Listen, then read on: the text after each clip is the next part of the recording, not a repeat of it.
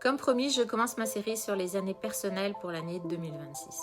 Je vous rappelle brièvement comment on calcule une année personnelle. Vous additionnez le jour plus le mois de votre date d'anniversaire et vous ajoutez le 1 de 2026. Si comme moi, par exemple, vous êtes né le 12-11, eh bien ça fait 23. 12 plus 11, 23. J'ajoute le 1 de l'année 2026, ce qui fait 24. 4 plus 2, 6.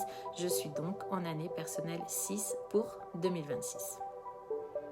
Je rappelle aussi que j'associe la numérologie avec les tarots et que l'année 2026, eh bien, ça fait 10. Et le 10, c'est la carte de la roue de la fortune avec les tarots. Donc, toi, je vais continuer en tutoyant, c'est plus simple pour moi. Si tu es donc en année personnelle 1, si tu as bien fait ton calcul, donc c'est une année universelle en 1, avec le tarot 10 de la roue de la fortune. Eh bien, pour toi, ça démarre sur les chapeaux de roue. Ton nouveau départ 2026, ça commence maintenant. Ça a commencé déjà, certainement. Donc, c'est à toi d'oser tourner la roue. La roue de la fortune, elle a une petite manivelle, donc il faut la prendre et la tourner. Parce que l'année 2026, une année universelle 1, c'est vraiment l'année de renouveau et de nouveau départ. Et si ton année personnelle, donc, est 1 aussi, alors l'univers vraiment va t'offrir une double invitation à oser et à te lancer. Les personnes qui étaient en année 1 l'année dernière, comme c'était une année universelle 9, ça a été beaucoup plus lent que pour ceux qui sont en année 1 cette année. Donc c'est vraiment le moment parfait pour écrire ton prochain chapitre avec confiance et audace. Je rappelle que cette année en 1 associée avec le 10, le tarot, la roue de la fortune, demande encore plus d'être acteur de sa vie, de ses envies et de ses objectifs. Pour le côté professionnel, eh bien, c'est un moment idéal pour initier des projets, relancer ce que tu as mis en pause et prendre des initiatives qui te rapprochent de tes objectifs. Tout ce que tu vas mettre en place cette année bénéficie d'une énergie durable, à condition de se relier à tes forces, d'écouter ton intuition et de ne pas te laisser freiner par tes peurs anciennes.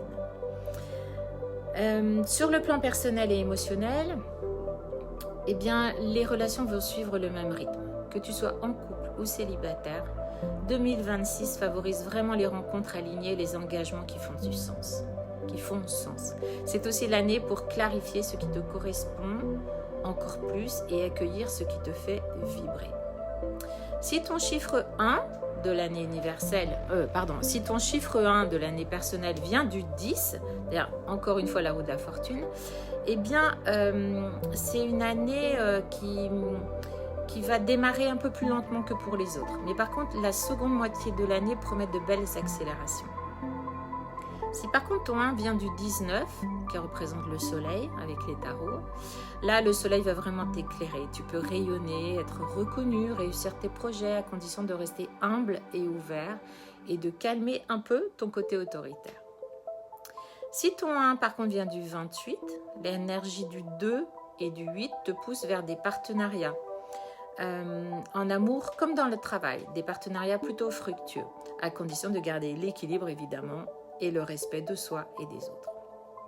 Donc, en cette année de début de cycle, parce que je vous rappelle que nous partons pour un cycle de 9 ans, étant donné que 2026 est une année universelle 1, eh bien c'est le moment de te faire confiance, d'oser être toi-même, de laisser la roue tourner et t'emmener loin. Chaque action alignée ouvre la voie vers l'abondance, la croissance et l'épanouissement, rien que ça. Cette année est une opportunité unique de prendre ton envol et de créer la vie qui te fait vibrer.